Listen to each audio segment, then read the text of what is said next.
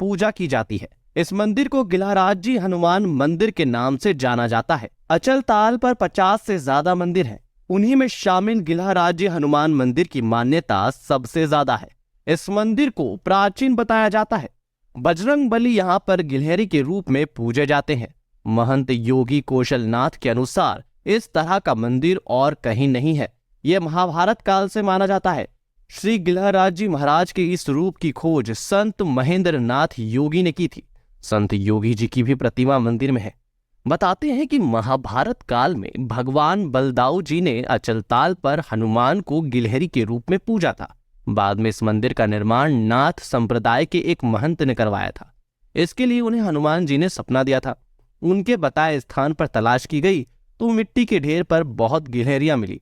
उन्हें हटाकर जब उन्होंने उस जगह को खोदा तो वहां से मूर्ति निकली। यह मूर्ति गिलहरी के रूप में हनुमान जी की थी।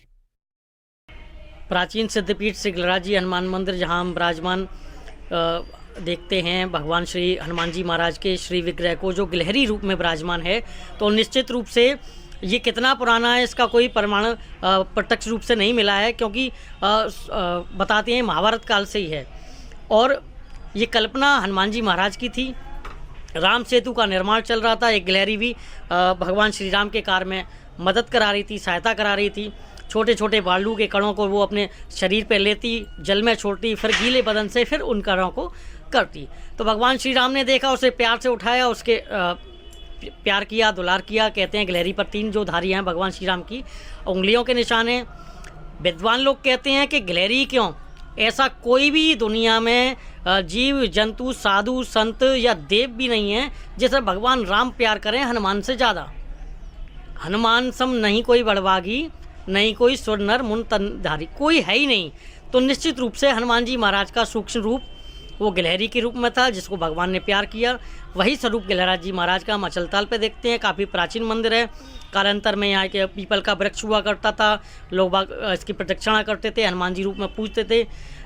हजारों गिलहरियाँ इस पर वास करती थी। अचानक बाबा महेंद्र नाथ जी के प्रताप के कारण पीपल वृक्ष में से के अंदर से ही भगवान श्री हनुमान जी महाराज का ये श्री विग्रह प्रकट हुआ।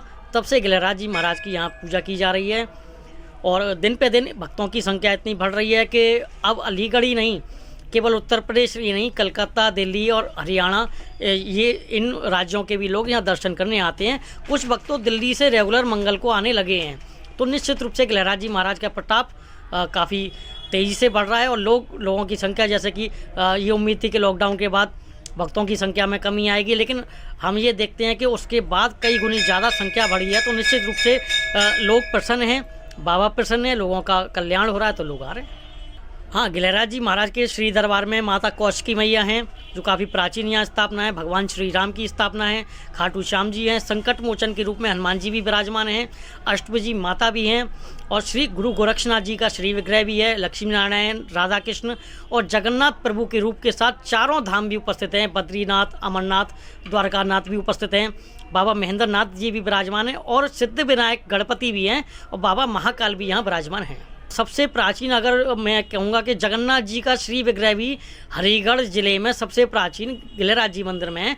और चारों धाम अगर पूरे हरिगढ़ जनपद में कहीं एक साथ बैठे दिखते हैं तो वो श्री विग्रह केवल गिलहराजी हनुमान मंदिर प्रांगण में प्राचीन, मैं समझता हूँ कि मेरे जन्म के समय से मैंने देखा तो कितना प्राचीन ये विग्रह होंगे। चारों धाम के काफ़ी पुराने विग्रह हैं यहाँ।